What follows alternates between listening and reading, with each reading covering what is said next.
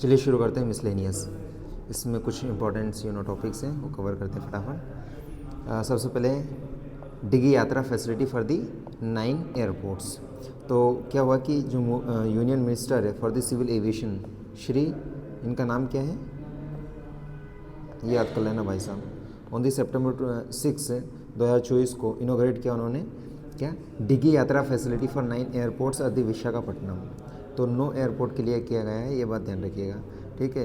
इसके अलावा उन्होंने लिखा कि मतलब उन्होंने ये बताया कि also he virtually launched this facility for 8 other AAI's airports, जिसका नाम है कोयम्बटूर वाला है, और दबोलिम है, और इंदौर है, बागडोगरा है, रांची है, पटना है, रायपुर है एंड भुवनेश्वर है airports, right. Since it's first launch of the first Digi Yatra facility eight 3 airports, शुरू में किया था न्यू दिल्ली में, वाराणसी में एंड बेंगलुरु में किया था 1 दिसंबर 2022 को। द टोटल ऑफ डिगी यात्रा इनेबल्ड एयरपोर्ट्स विल बिकम 24, अभी हो गए 24 हो चुके हैं, including 9 airports on the September जो भी लॉन्च किया उनको कुल मिलाकर total, right.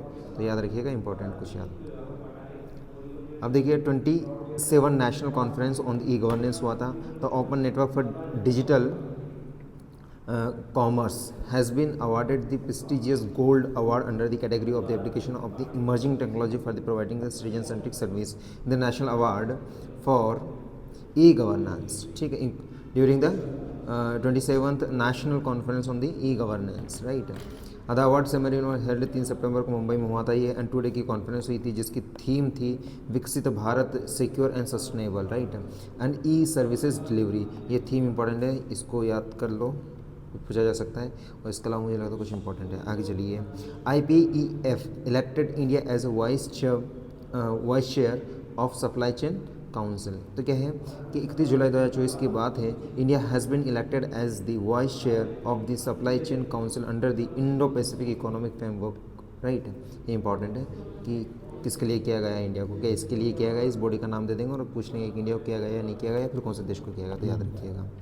The council is focused on the making supply chain stronger and more reliable for its 14 members countries हैं, सप्लाई चेन से रिलेटेड काम करते हैं। कि हाईलाइट्स देखिए, तो supply chain council is one of the 3 bodies set up by the 14 members of Indo-Pacific Economic Framework. The USA has been elected as chair of the supply chain council. US को has been elected as a chair of, अच्छा, chair के लिए तो USA को बनाया गया, लेकिन vice chair के लिए किसको बनाया गया था, इंडिया के लिए। तो दोनों देश का नाम याद रखिए। आगे चलते हैं, और इसमें कुछ इंपॉर्टेंट हुआ कि मेरे ख्याल से ज़्यादा इंपॉर्टेंट है नहीं। ये देखिए, अब UK India's 4th largest export market, UK की बात करते हैं। Recently the United Kingdom has surpassed China to become India's 4th largest exporter market in May 2024। As per the department of commerce data last year in May 2023 में the UK was the India 6th largest export हुआ करता था destination, मतलब हम UK में सबसे ज़्यादा 6th largest हुआ करता था, लेकिन अब ये कौन सा हो गया, 4th लार्जेस्ट हो गया, राइट। क्या हाईलाइट्स दे रखी है इसमें कि export to the UK grew by the, इतना जो दे रखा है इतना याद रखने की ज़रूरत नहीं है, आगे बढ़िए। और इसमें भी अभी ये नाम हम इतना लिखा को मेरे ख्याल से इतना याद रहेगा नहीं, डेटा दे रखा है नीदरलैंड वगैरह इसका। ये रशिया कितने इंपॉर्टेंट, ये देखो ये इंपॉर्टेंट है।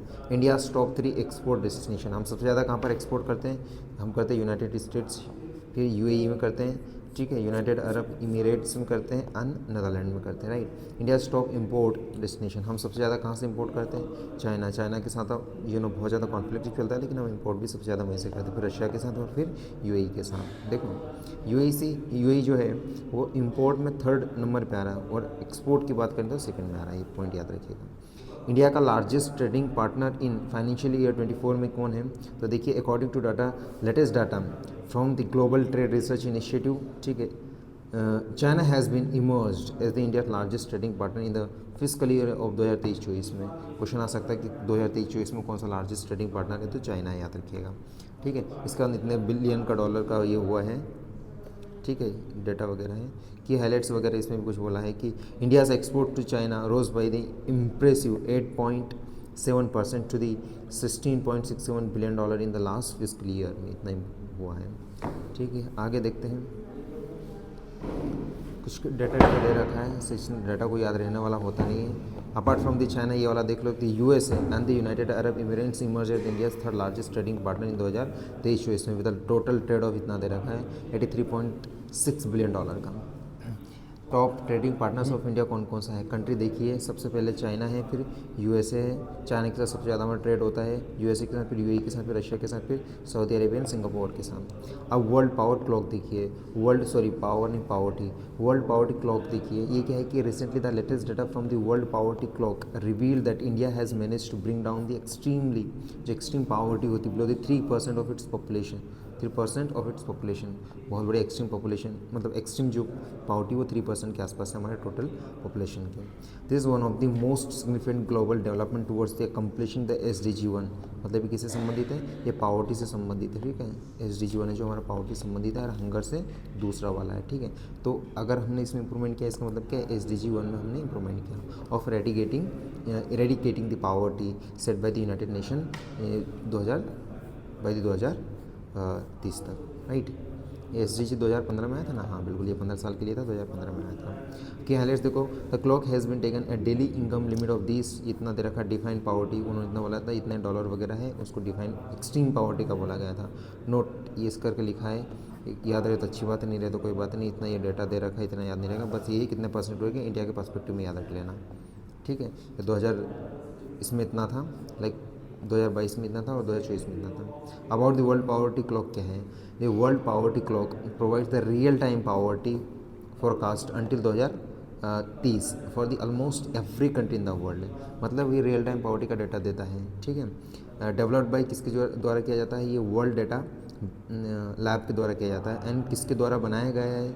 ये बनाया गया international fund for the agriculture development, ठीक है, IFAD के द्वारा बनाया गया था, and the federal ministry for the economic cooperation and the development of the Germany, इनके द्वारा ये बनाया गया है। The clock monitors the progress report towards the India UN's first SDG of ending the extreme poverty, मतलब वो SDG जो वाला फर्स्ट SDG उसका अचीव करने की बात की जाती है इसके माध्यम से। NITI Aayog and poverty estimate क्या होता है? Recent discussion paper released by the NITI Aayog, जो कि 2000 बनाते एक लाइक एक्स्ट्रा कॉन्स्टिट्यूशनल बॉडी है, एग्जीक्यूटिव के द्वारा बनाई गई ये बॉडी है नीति आयोग। उसने टाइटल करके एक निकाला है इंडेक्स, जिसका नाम क्या? Multi dimensional poverty in India since 2005-6 से लेकर, ठीक है। और उसमें बताया गया कि 24.83 crore Indians escaped multi dimension poverty in the last 9 year, मतलब 24 करोड़ के आसपास लोग 9 साल में पावर्टी से बाहर आए हैं, ठीक है। According to the discussion paper, the India registered a significant decline in the multi dimensional poverty in India from 29% जो कि 2012-13 में थी, जो कि अभी 2022-23 की बात करते हैं तो 11% के आसपास बच गई है। चलो बहुत बढ़िया, अच्छा इंप्रूवमेंट हुआ है। अब देखो, Vizhinjam port, India first transshipment port, sir Vizhinjam, ठीक है। ये देखिए, ये पोर्ट केरला में, पहली बात यही पता होना चाहिए कहाँ पर है ये, तो विजिगम पोर्ट है वो कहाँ पे? केरला में। Of the Adani group has the received approval from the ministry of the shipping to operate India's first transshipment, ठीक है, पोर्ट इन जुलाई। इसके अलावा और क्या देख सकते हैं इसमें? The substantial porting of India's ship cargo is handled by the port, इसके द्वारा किया जाएगा ये। और कहाँ पे? इन कोलंबो एंड सिंगापुर में। की हाईलाइट्स देखो, the ministry of shipping has sanctioned this port को सैंक्शन किया गया एज ए ट्रांसशिपमेंट हब की तरह बनाया गया है। This making the milestone for the India's maritime security के लिए बहुत ज़्यादा इंपॉर्टेंट है ये। And it will allow establishment of the customs facility at the port, जो कस्टम फैसिलिटीज आती है, सामान वगैरह आना जाता है उनको चेक वेक करने के लिए, तो इसके लिए बहुत ज़्यादा महत्वपूर्ण होगा, ठीक है। क्या हो सर इंपॉर्टेंट पॉइंट आया क्या? नहीं, अच्छा। वजिंजम पोर्ट, तो ये है boost advanced automation and infrastructure capable of the accommodating mega max containment ship. ये क्या होता है सर, कुछ बताइए? ये लार्ज वेसल वर्ल्ड वाइड, मतलब बहुत एडवांस रहेगा, चूँकि ट्रांसशिपमेंट पोर्ट वो एंट्री पोर्ट होता है ना, जहाँ से मतलब जो ऐसा हब की तरह काम करते हैं कि कोई आया, अपना सामान यहाँ पे स्टोर किया और यहाँ से फिर कहीं और ले गया। तो वो अब डेवलप कर रहे हैं। जैसे इंडिया के लिए मैंने दे रखा है कि इंडिया के लिए जैसे कोलंबो है, सिंगापुर है, ठीक है, तो वहाँ पे बस वो ये है कि मेगामैक्स कंटेनरशिप, बड़े बड़े ऐसे कंटेनरशिप होते हैं ना, बहुत बड़े बड़े वाले जो कंटेनर होते हैं स्टोरेज के लिए, तो वो सब डेवलप की जाएंगी। और वर्ल्ड बिगेस्ट ट्रांसशिपमेंट पोर्ट कौन सा है? सिंगापुर है, शंघाई है, ठीक है, शेंजन है जो कि चाइना के अंदर है, बुसान है, हांगकॉन्ग है, तो ये भी ट्रांसशिपमेंट पोर्ट्स हैं। तो ऐसे ही जैसे हम भी एक ऐसी ट्रांसशिपमेंट पोर्ट बना रहे हैं केरला में। विजनजम। चलिए, इसका नाम भी खतरनाक है, याद रखना ही बहुत डिफिकल्ट है, बट याद रखना पड़ेगा। Vizhinjam. India sign free trade agreement with the EFTA bloc. क्या हुआ कि 10 मार्च 2024 की बात है, India and the European free trade association, इसका फुल फॉर्म ये होता है signed a trade and the economic partnership agreement, जिसको टैपा भी बोल सकते हैं। अप्रूवल ऑफ दिस ये किया गया था, मुझे लगता नहीं कुछ इंपॉर्टेंट है, ये बॉडी इंपॉर्टेंट है कैसे पढ़ लो, एक बार पढ़ना होता है तो मुझे तो लग रहा है कुछ इंपॉर्टेंट है ये। इसमें कुछ इम्पोर्टेंट आगे चलिए, इसके बारे में पढ़ लो, ये क्या है, यूरोपियन फ्री ट्रेड एसोसिएशन, ठीक है, EFTA, ये क्या है, ये the European free trade association is the inter governmental organisation of the Iceland, और ये क्या है, Liechtenstein and Norway and last में क्या लिखा है, स्विट्जरलैंड। हाँ, ये थोड़ा ब्लर हो रहा है, ये स्विट्जरलैंड, ये इन कंट्री का एक ग्रुप है, and it was setup in 1960 bye it's क्या लिखा, 7 member states for promotion of the free trade and the economic integration between its members. Very good. तो ये है, थोड़ा सा याद इसमें रख लीजिए। अब देखिए, India overtakes Hong Kong to become the 4th largest stock market, right. July 2024 में देखो क्या, Bloomberg reported that the Indian stock market has pipped Hong Kong to become the 4th largest equity market globally. इसमें डेटा वेटा दे रखा again, बस ये इतना याद रखो कि 4th लार्जेस्ट हो गया, और इसने कहा है, इसके अलावा कुछ नहीं लग रहा मुझे। Skytrax world airport award क्या है ये, UK बेस्ड है ये। Skytrax research announced the Skytrax world airport award, ठीक है, मार्च 15, 2023 को at the passenger terminal expo in the Amsterdam, ठीक है, यहाँ की उन्होंने किया है। और ये किस लिए दिया जाता है, कुछ है क्या इसमें इम्पोर्टेंट, मुझे लग नहीं रहा है, देख लो थोड़ा बहुत, कुछ है क्या इम्पोर्टेंट बताइए। ये देख लो, 5 Indian airports found the place among the top 100 airports, ये देख सकते हो कि कौन कौन से पूरे वर्ल्ड में टॉप 100 में कौन कौन से हैं। लेकिन इंदिरा गांधी इंटरनेशनल जो कि अपना एयरपोर्ट है दिल्ली में, जिसके रैंक है 36 रैंक है, ठीक है। एंड कैंपा गोड़ा वाला है, ठीक, कैंपा गोड़ा वाला हाँ, कैंपा गौड़ा वाला जो कि इंटरनेशनल एयरपोर्ट है बेंगलुरु में, इसकी 59 रैंक है। राजीव गांधी इंटरनेशनल एयरपोर्ट हैदराबाद में है। एक है मनमोहर इंटरनेशनल, हाँ मनोहर, ये मनमोहन वो वाला है वो जो वहाँ पे CM था ना वो गोवा का, हाँ हाँ उन्हीं के नाम पे ही, मनोहर पारिकर, हाँ, तो उन्हीं के नाम पे ये रखा है मनोहर इंटरनेशनल एयरपोर्ट, राइट, बहुत बढ़िया। और एक है छत्रपति शिवाजी महाराज इंटरनेशनल एयरपोर्ट मुंबई, बहुत बढ़िया। इसके अलावा क्या, इंदिरा गांधी और कुछ क्या ये, हाँ ये इंदिरा गांधी एयरपोर्ट,